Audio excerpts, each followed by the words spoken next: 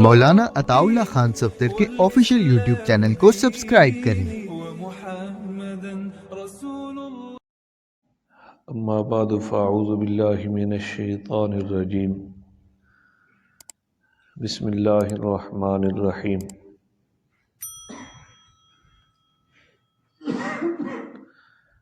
والذین جاہدوا فینا لنہدینہم سبلنا وان اللہ لمع المحسنین سبحان ربک رب العزت عما یصفون وسلام علی المرسلین والحمد للہ رب العالمین سبحانک لا علم لنا الا ما علمتنا انک انت العلیم الحکیم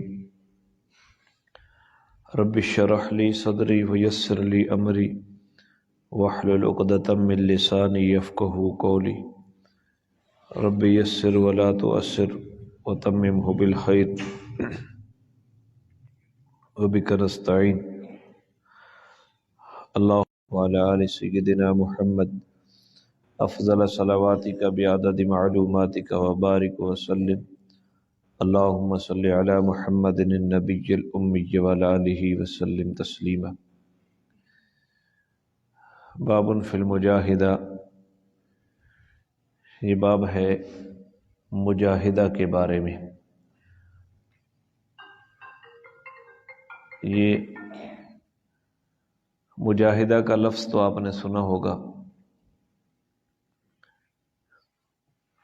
اس کا معنی ہے کوشش کرنا۔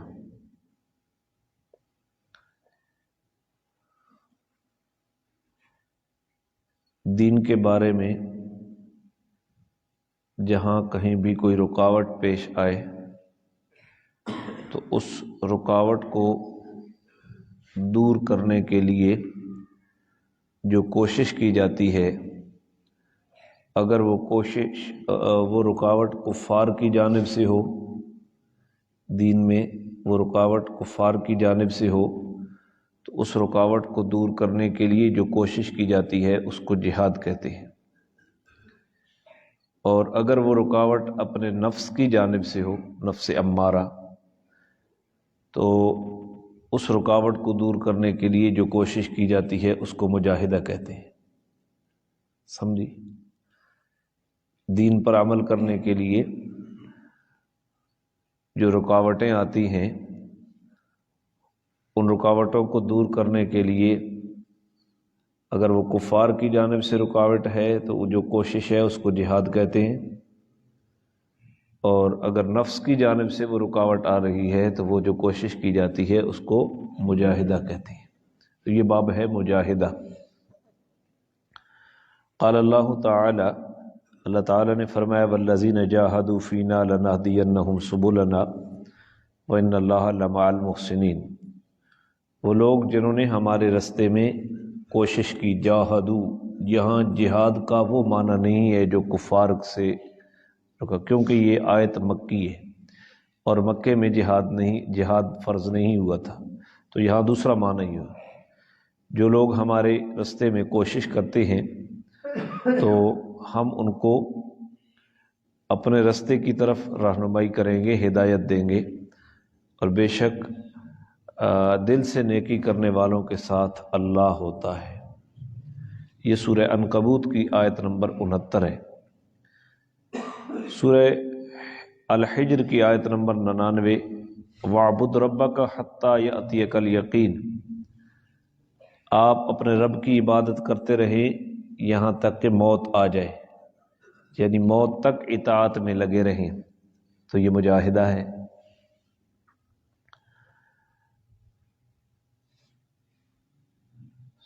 سورہ زلزلہ میں اللہ نے فرمایا فَمَن يَعْمَلْ مِثْقَالَ ذَرَّةٍ خَيْرًا يَرَهُ، جو آدمی ذرہ بھر چھوٹی سی بھی نیکی کرے گا وہ اس کو دیکھ لے گا، قیامت کے دن وہ سامنے آ جائے گی۔ وقال تعالی وما تقدموا لانفسکم من خیر تجدوه عند اللہ هو خیرا واعظم اجرا، جو بھی تم اپنے نفسوں کی جانب سے خیر کا کام کرتے ہو اور اس کو آگے بھیجتے ہو، اس کو اللہ کے ہاں تم پاؤ گے اور وہ بہتر ہے اور اجر کے اعتبار سے بھی وہ بہت بڑا ہے۔ سورہ مزمل کی آیت نمبر 20۔ سورہ بقرہ کی آیت نمبر 273 میں اللہ نے فرمایا وَمَا تُنْفِقُوا مِنْ خَيْرٍ فَإِنَّ اللَّهَ بِهِ عَلِيمٌ، جو بھی تم اللہ کے رستے میں نیکی سمجھ کر خرچ کرتے ہو بے شک اللہ اس کو جاننے والا ہے۔ تو حضرت فرماتے ہیں وَالْآيَاتُ فِي الْبَابِ كَثِيرَةٌ مَعْلُومَةٌ کہ اس باب کے اندر بہت ساری معلوم آیات موجود ہیں، بس تھوڑی سی ذکر کر دیں۔ وَأَمَّا الْأَحَادِيث، اب وہ احادیث اس کے اوپر ذکر کر رہے ہیں۔ پہلی حدیث عن ابی ہریرہ رضی اللہ تعالی عنہ قال قال رسول اللہ صلی اللہ علیہ وسلم، حضرت ابو ہریرہ فرماتے ہیں کہ رسول اللہ صلی اللہ علیہ وآلہ وسلم نے فرمایا ان اللہ تعالی قال، کہ اللہ تعالی فرماتے ہیں، یہ حدیث قدسی ہے جو مضمون اللہ کی جانب سے ہے اور اس کی روایت رسول اللہ کر رہے ہوں تو وہ حدیث قدسی ہوتی ہے۔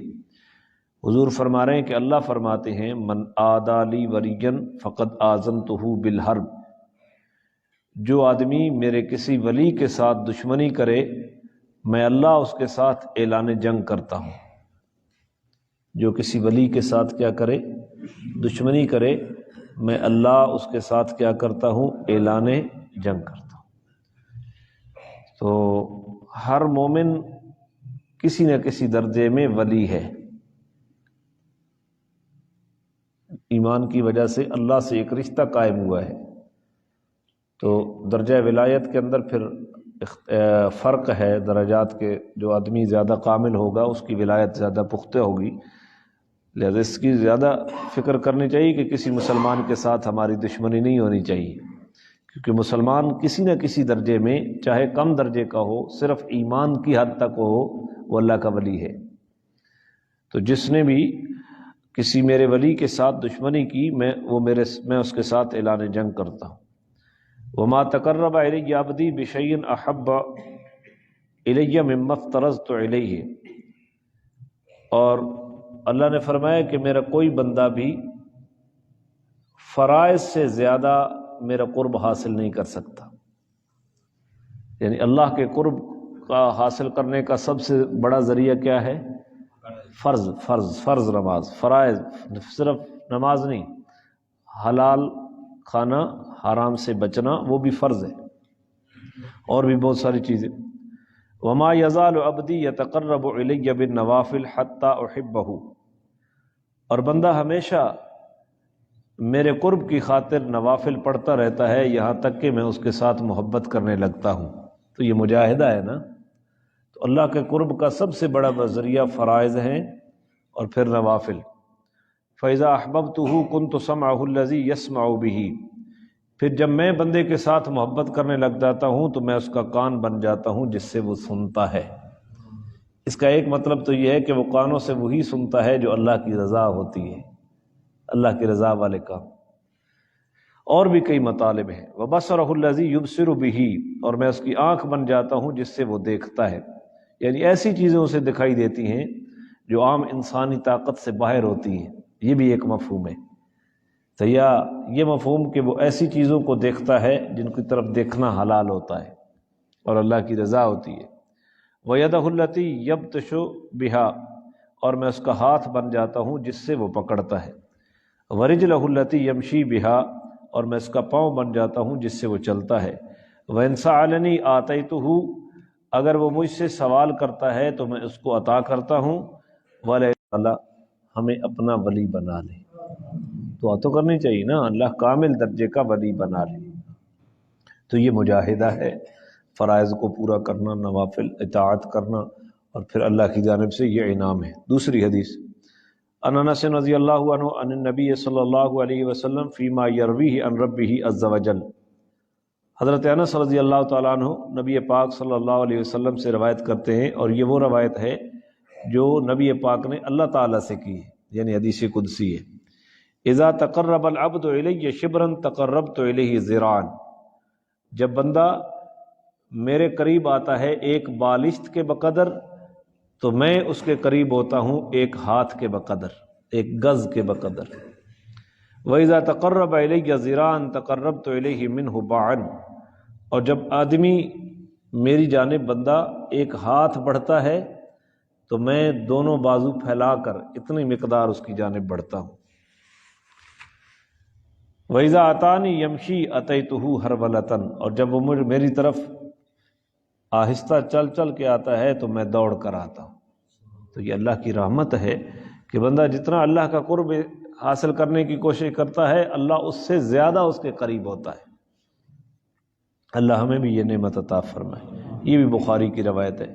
تیسری روایت عن ابن عباس رضی اللہ عنہما قال قال رسول اللہ صلی اللہ علیہ وسلم نعمتان مغبون فیہما کثیر من الناس۔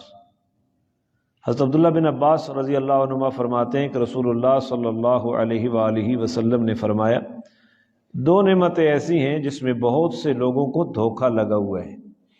کون سی نعمتیں؟ الصحت والفراغ، ایک صحت اور دوسری فراغت۔ صحت ہوتی ہے تو بندہ نماز نہیں پڑھتا، صحت ہوتی ہے تو بندہ اخلاقیات کو پس پشت ڈال دیتا ہے، صحت ہوتی ہے تو بندہ ساری بدماشیاں کرتا رہتا ہے۔ تو اس نعمت کے اندر وہ دھوکے میں مبتلا ہے جب صحت نہیں رہے گی اس وقت پکڑ سے۔ اور دوسری فراغت کی نعمت، بندہ فارغ ہے تو ان اوقات میں تلاوت کر لے، علم حاصل کر لے، نوافل پڑھ لے، فرائض پڑھ لے، لوگوں کی عادت کر لے، لوگوں کے کام کاج میں اپنے اوقات کو صرف کر لے۔ اب تو یہ حالت یہ ہے کہ لوگ کہتے ہیں کہ ہم ٹائم پاس کر رہے ہیں، ٹائم اتنا فالتو ہے۔ تو یہ دو نعمتیں ہیں جن کے اندر بندوں کو دھوکہ لگا ہوئے، صحت اور فراغت۔ ہمارے ماضی قریب کے جو علماء گزرے ہیں، یہ حضرت مولانا شیخ زکریا رحمہ اللہ کے والد تھے، نام میرے ذہن میں طلحہ کاندلوی تھے، ان کے والد کا نام کا پتہ نہیں کیا تھا۔ 36 گھنٹے کھانا نہیں کھاتے تھے، بھول جاتا تھا، مطالعہ کرتے کرتے کرتے 36 گھنٹے گزر جاتے۔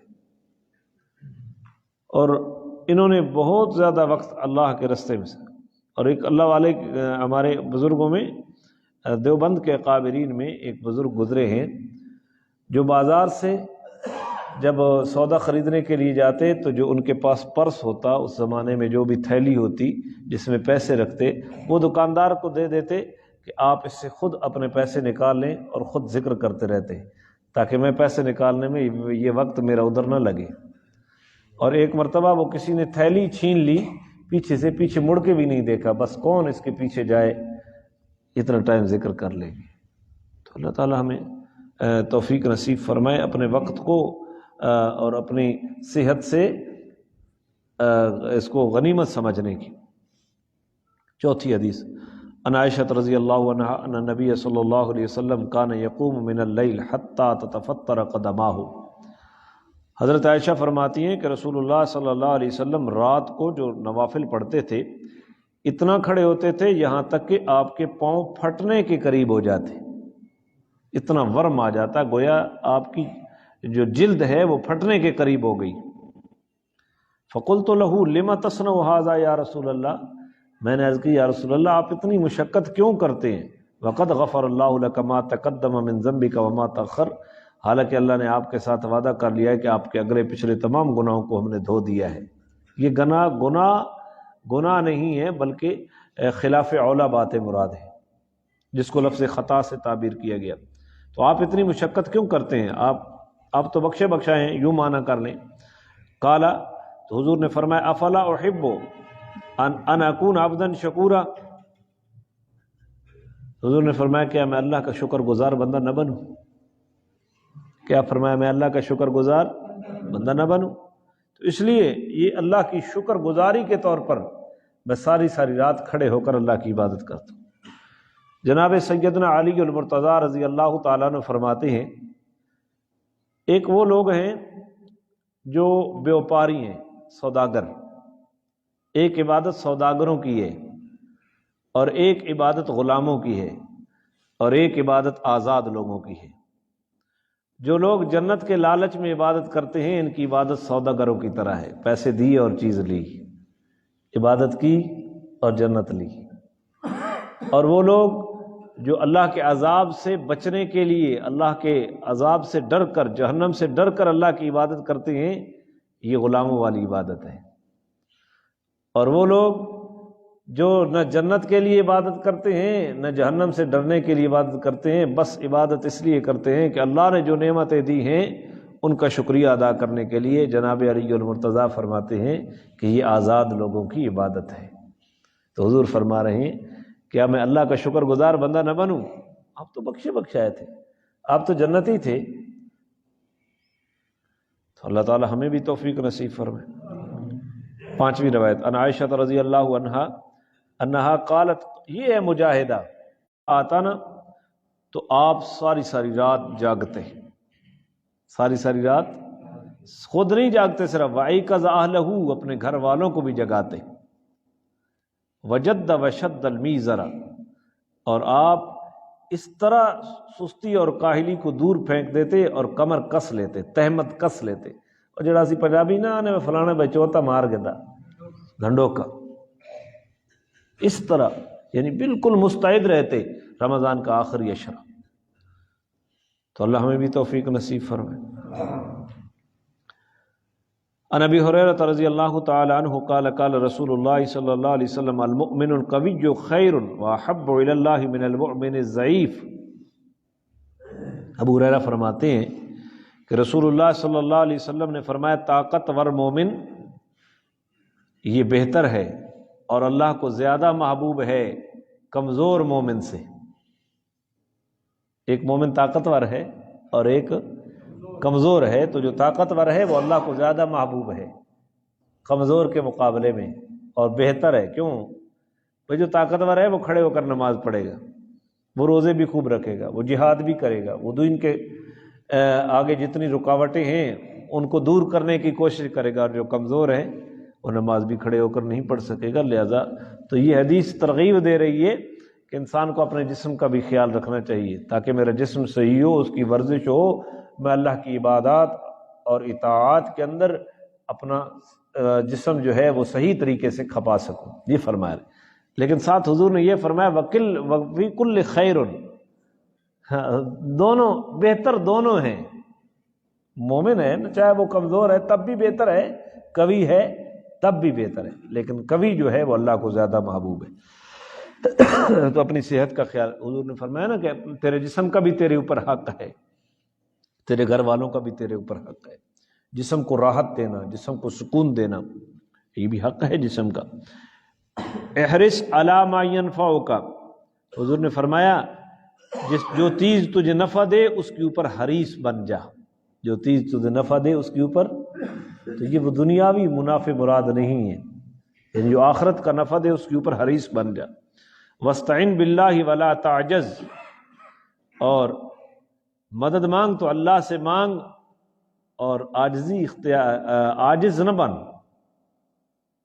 میرے کو تو کچھ نہیں تھی نا، میرے کو تو کچھ نہیں تھی نا، سستی نہ مارو، اس طرح نہیں، بلکہ اللہ سے کیا مانگو؟ مدد مانگو۔ وَإِنْ أَصَابَكَ شَيْءٌ فَلَا تَقُلْ لَوْ أَنِّي فَعَلْتُ كَانَ كَذَا وَكَذَا، اور اگر تجھے کوئی چیز تکلیف پہنچے تو یوں نہ کہا کرو کہ اگر میں یوں کر لیتا تو یوں ہو جاتا، یوں ہی ہوتا تھا، اس طرح نہ کہا کر۔ اگر میں پہلے علاج کروا لیتا تو یہ تکلیف اب اتنی نہ بڑھتی، اگر یوں ہوتا اور میں یوں نہیں، یہ اگر مگر چونکہ چنانچہ یہ کچھ بھی نہیں ہے۔ یعنی اگر تجھے کوئی تکلیف پہنچے تو یہ نہ کہا کر کہ اگر میں یوں کر لیتا تو یوں ہو جاتا، ولیکن قل قدر اللہ، یوں کہا کر کہ یہ اللہ کی تقدیر میں تھا، وما شاء فعل، جو چاہتا ہے وہ کرتا ہے۔ فإن لو تفتح عمل الشیطان، یہ جو لو ہے نا، لو اے اگر مگر چونکہ چنانچہ، یہ شیطان کا عمل ہے، شیطان کا عمل کا دروازہ ہے۔ تو اللہ تعالی ہمیں اس کی توفیق نصیب فرمائے کہ ہمیں اللہ کی تقدیر کے اوپر راضی رہنے کی توفیق عطا فرمائے۔ تو یہ جملہ خطرناک ہے کہ اگر میں یوں کر لیتا تو یوں نہ ہوتا، یہ کر لیتا تو یوں نہ ہوتا، بس یہ تو ہونا ہی تھا۔ وہ ایمان اللہ اس کے اوپر ہے کہ اچھی اور بری تقدیر کس کی جانب سے ہے؟ اللہ کی۔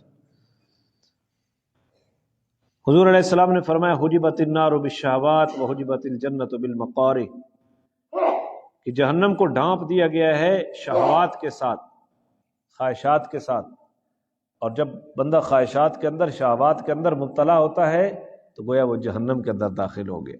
اور جنت کو ڈھانپا گیا ہے تکالیف کے اندر۔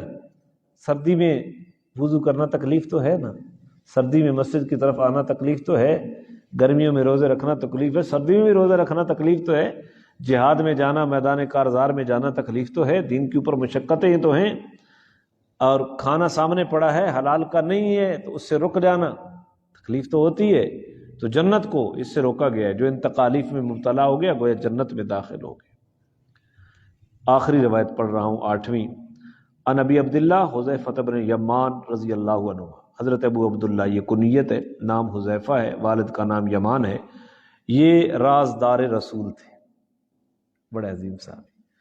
حضور نے کسی کو منافقوں کے بارے میں نہیں بتلایا، حضرت حذیفہ کو بتایا تھا میرے نبی نے کہ فلاں بھی منافق ہے، فلاں بھی منافق ہے، فلاں بھی منافق ہے۔ حضرت عمر ایک دفعہ حضرت حذیفہ کو اکیلے لے گئے کہ میں آپ کو قسم دے کر کہتا ہوں کہ کیا حضور نے میرا نام تو منافقوں میں نہیں لیا؟ حالانکہ حضور نے فرمایا عمر فی الجنہ، الایمان بین الخوف والرجاء، ایمان کہتے ہیں خوف اور امید کی درمیانی کیفیت کو، حضرت عمر اس لیے نے۔ اور صحابہ کرام کہتے ہیں کہ ہم منافقین کو پہچانتے تھے حضرت حذیفہ کے جنازہ پڑھنے کی وجہ سے، جس جنازے میں حضرت حذیفہ نہ ہوتے ہمیں سمجھ آتی کہ یہ منافق تھا، اور جس جنازے میں حضرت حذیفہ موجود ہوتی تو ہم سمجھ لیتے کہ یہ آدمی مخلص تھا، منافق نہیں تھا۔ حضور نے ان کو بتایا تھا فقط، حضرت حذیفہ کو، اس لیے ان کو رازدار پیغمبر کہتے ہیں۔ قال صلیت مع، تو یہ نام اپنے اولاد کے نسبت سے رکھا کرو، یہ رازدار رسول ہے، حذیفہ کتنا قیمتی نام ہے۔ قال صلیت مع النبی صلی اللہ علیہ وسلم ذات لیلہ، کہ میں نے ایک رات نبی پاک صلی اللہ علیہ وسلم کے ساتھ نماز پڑھی، یہ نفل نماز تھی۔ اب حضور کے ساتھ پڑھنا تو گویا جماعت ہو گئی، تو ایک مسئلہ یاد کر لیں، نفل نماز کے لیے بالتداعی جماعت کروانا یہ مکروہ تحریمی ہے، لوگوں کو بلا کر نفل نماز کی جماعت کروانا، ہاں بغیر بلائے ایک دو آدمی اکٹھے ہو گئے اور انہوں نے نفل کی جماعت کروا لی تو کوئی حرج نہیں، لیکن اگر باقاعدہ بلایا گیا تو اس کی گنجائش نہیں۔ تو اسی طرح حضرت نبی علیہ السلام نماز پڑھ رہے تھے، حضرت حذیفہ نے ساتھ نفل نیت لیے۔ فافتتح البقرہ، حضور نے سورہ بقرہ شروع کر دی نفل میں۔ فقلت یرکع عند المئہ، تو میں نے اپنے دل میں کہا کہ 100 آیتیں پڑھ کے رکوع کر لیں گے۔ ثم مضى، 100 کے بعد بھی آپ پڑھتے رہے۔ فقلت یصلی بہا فی رکعۃ فمضى فقلت یرکع بہا، تو میں نے کہا کہ یہ اس کو مکمل کر کے رکوع کر لیں گے، لیکن آپ پھر بھی چلتے رہے۔ سورہ آل عمران شروع کر دی، پھر آپ نے سورہ آل عمران مکمل کر دی، سورہ نساء شروع کر دی، پھر یہ پڑھتے پڑھتے آپ آہستہ آہستہ پڑھتے گئے۔ وَإِذَا مَرَّ بِآیَةٍ تَسْبِیحٌ سَبَّحَ، جب کسی تسبیح والی آیت پہ پہنچتے تو سبحان اللہ کہتے۔ وَإِذَا مَرَّ بِسُؤَالٍ سَأَلَ، اور جب کسی آیت میں سوال ہوتا تو آپ سوال کرتے، اللہ سے مانگتے۔ نوافل میں یہ چیزیں جائز ہیں، لیکن عربی زبان میں، کسی اور زبان میں نہیں۔ وَإِذَا مَرَّ بِتَعَوُّذٍ تَعَوَّذَ، جب تعوذ والی آیت کے اوپر گزرتے تو پناہ مانگتے۔ ثم رکع، پھر آپ نے سورہ بقرہ پڑھی ایک رکعت میں، سورہ آل عمران پڑھی اور سورہ نساء پڑھی، کتنے تک؟ 5ویں پارے تک چلے گئے ایک رکعت میں۔ ثم رکع، پھر آپ نے رکوع کیا۔ فجعل یقول سبحان ربی العظیم، اور آپ شروع ہو گئے رکوع کے اندر سبحان ربی العظیم پڑھتے ہوئے۔ فکان رکوعہ ناوا من قیامہ، رکوع کتنا لمبا تھا جتنا قیام لمبا تھا، 4.25 پیارے پڑھے، اتنا ہی لمبا رکوع کیا۔ ثم قال سمع اللہ لمن حمدہ ربنا لک الحمد، پھر آپ نے سمع اللہ لمن حمدہ کا ربنا لک الحمد کا۔ ثم قام قیاما طویلا قریبا مما رقع، اور یہ ربنا لک الحمد کہتے کہتے اتنا طویل قیام کیا قومے کے اندر جتنا رکوع کیا تھا۔ ثم سجدہ، پھر آپ نے سجدہ کیا۔ فقال سبحان ربی العالی، فقان سجودہ قریبا من قیامہ، اور سجدے میں آپ سبحان ربی العالی پڑھتے رہے اور آپ کا سجدہ قیام کے بقدر تھا، اس طرح آپ نے۔ تو یہ رسول اللہ کی نماز ہے، یہ وہ ہستی ہیں جو بخشے بخشائے ہیں۔ اور ہماری پوزیشن کیا ہے؟ اگر ہم ادھر تقابل تو کریں اپنے اعمال کے ساتھ تو اللہ کا فضل ہی ہے جو ہمیں جنت میں لے جائے، وگرنہ ہماری جو پوزیشن ہے وہ انتہائی خطرناک ہے۔ تو اللہ تعالی ہمیں بھی اپنے نفس کے خلاف باتوں کے اوپر عمل کرنے کی توفیق عطا فرمائے اور مجاہدہ کی توفیق نصیب فرمائے۔ ایک درس اس کا اور ہوگا، اور اللہ دنیا کی زندگی کو قیمتی بنانے کی توفیق عطا فرمائے۔